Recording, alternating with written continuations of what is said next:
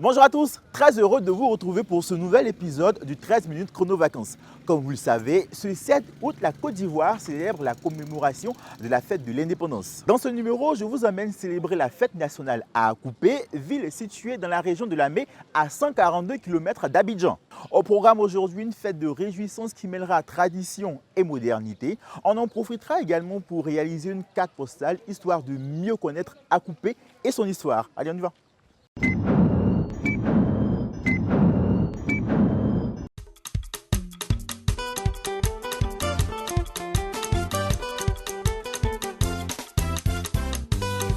Bienvenue à Akupé. Bâtie sur une superficie de 142 km², la ville est limitée au nord par le département d'Abengoro, au sud par Adzopé, à l'ouest par Bongouanou et à l'ouest par le département de Yakassé-Atobrou. Le village d'Akupé a été érigé en chef-lieu de sous-préfecture en décembre 1969 par scission de la sous-préfecture d'Adzopé. Puis, en juin 2005, il bénéficie du statut de département à la faveur d'un décret. Pour la célébration de l'indépendance cette année, la ville voit les choses en grand avec l'organisation de festivités en grande pompe. À quelques minutes du démarrage des festivités, j'ai rendez-vous avec Laetitia qui se prépare à y aller. Bonjour. Bonjour. Comment tu vas? Je vais bien. Et qu'est-ce que tu as prévu de porter pour l'événement? C'est l'orange et le blanc et le vert. D'accord, ça marche. Donc écoute, on te laisse te changer. Ok. Et puis après, on verra la métamorphose. À tout à l'heure. À tout à l'heure. Ok. Fabrice, je suis prête. Voilà ma robe. Wow. Non mais regardez un peu les amis, le mannequin pour l'indépendance qu'on a là. Une très belle robe orange avec surtout le sac orange, blanc, vert. Tu l'as eu où ce sac là? Oh, je l'ai acheté au marché. D'accord. Pour la fête d'aujourd'hui, Laetitia fait partie des civils qui défileront. Elle sera en compagnie de ses camarades Maï et Alimata. Elles font partie du groupe Diva, une association qui regroupe les jeunes femmes de la ville. Elles ont opté pour des chemises aux couleurs du pays, histoire d'être à 100% dans le thème. Nous sommes un peu stressés, mais avec l'atmosphère, ça va mieux. Nous sommes prêts pour le défilé, donc on croit que comme c'est notre première fois, donc on est un peu stressés, mais ça va. La circonscription d'Akupé est habitée par les Atiers qui y se sont installés à la fin du XVIIe siècle selon les données historiques. Avec le développement, la ville s'est ouverte et plusieurs autres peuples s'y sont installés. Ces derniers vivent en parfaite harmonie avec les autochtones.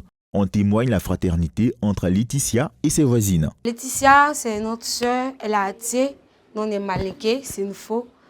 Mais elle est une sœur pour moi parce que je suis née ici, j'ai grandi ici. Annie, Baoulé, c'est une faux.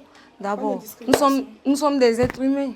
Donc on doit s'aimer, vivre ensemble, puisque nous sommes des sœurs. Le brassage culturel est une réalité ici. Parce qu'ici, il n'y a pas de différence.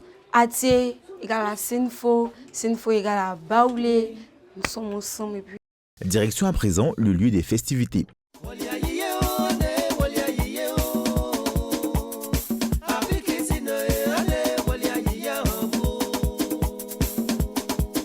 Orange, blanc et vert, le drapeau ivoirien flotte à chaque coin de rue. Toute la ville est réunie ici pour vivre l'événement.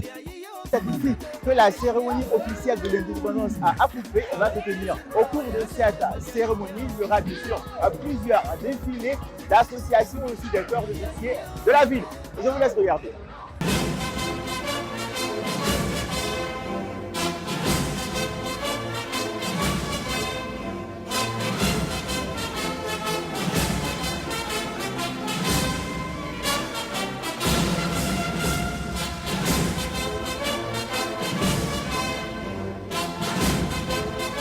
À la sortie du défilé, nous retrouvons les jeunes femmes. Marcher devant les autorités, marcher devant mes amis. Ça n'a pas été facile pour moi, mais au fur et à mesure, avec le temps, j'ai aimé. C'était au top. On a représenté l'association des femmes de la Grande Mosquée d'Akupé. Nous avons défilé avec le matériel que nous utilisons dans nos lieux de travail, dans nos ateliers et coiffures.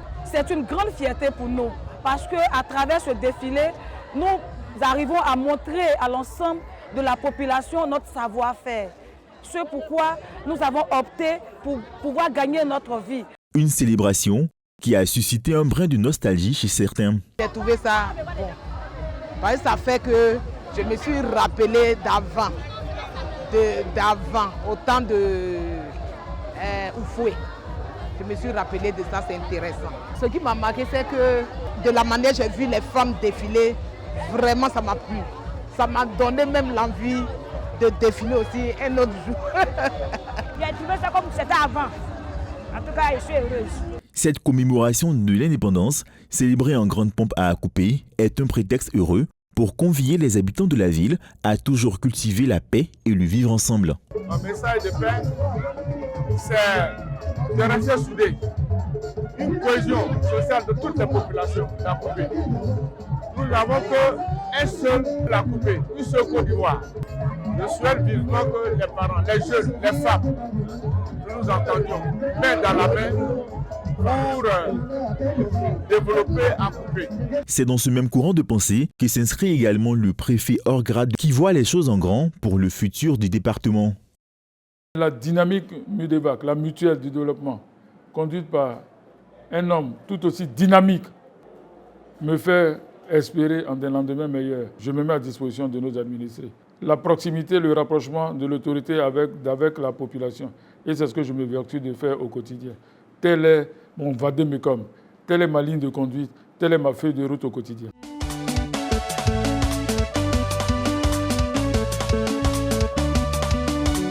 Vue du ciel, Akupé présente le visage d'un arbre de paix, une cité où règne accalmie et fraternité entre ses fils. Le peuple Atié, qui est autochtone, fait partie du grand peuple des Akans.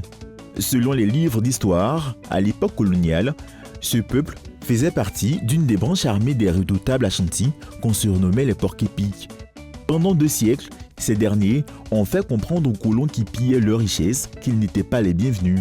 Dans la ville, on retrouve encore des vestiges de cette époque coloniale. Les amis, je vous emmène à présent voir un pont de l'histoire d'Akupé. Venez. Selon la légende, cette maison aurait appartenu à M. Camille, qui était autrefois un marchand d'esclaves. Regardez, là, on a encore son nom qui est marqué. Donc, et maintenant, on va se rendre au dépôt d'esclaves qui est juste à côté pour que vous puissiez voir aussi comment est-ce que cela est. Venez. Cette maison servait de lieu de transition pour les esclaves avant leur départ pour l'Europe.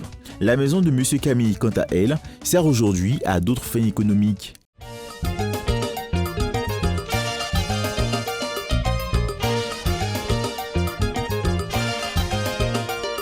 Plus tard, nous avons rendez-vous sur le terrain de la ville pour assister au match organisé dans la foulée à l'occasion de la célébration de l'indépendance. Une activité qui réunit en l'espace de 2 heures toute la jeunesse de la cité. Parmi les personnes venues assister, Esther et ses sœurs, des vacancières de passage à Akupé. Elle, c'est Ange. Ange? La plus grande. Ange la plus Et- grande. oui. Ok. Celle-là, c'est Josiane. Ok. Voilà. Après, elle, c'est moi. C'est sain et à la nature, ici, est plus calme qu'à Zopé, puisque nous venons d'Azopé. On était ici l'année passée, on a trouvé que c'était bon, donc cette année, nous sommes revenus. Il y a nos frères qui jouent et on aime beaucoup le foot. Donc, on est venu D'accord. regarder. Ah, des femmes qui aiment le foot, c'est intéressant ça. Donc, c'est quelle équipe vous supportez? C'est en bleu ou c'est en rouge? En bleu.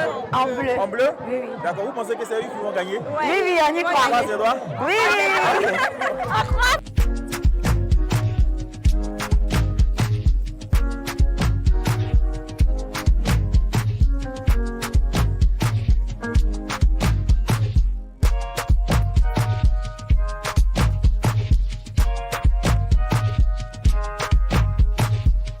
Le match s'est soldé par la victoire de l'équipe en bleu grâce au tir au but. Fin du match, fin également de ce numéro du 13 minutes chrono. Ça a été un énorme plaisir pour moi de vous présenter Akupé et surtout de vous faire vivre la fête nationale qui s'est déroulée ici. Allez, on se donne rendez-vous le week-end prochain pour un autre numéro. Prenez soin de vous. Bye bye.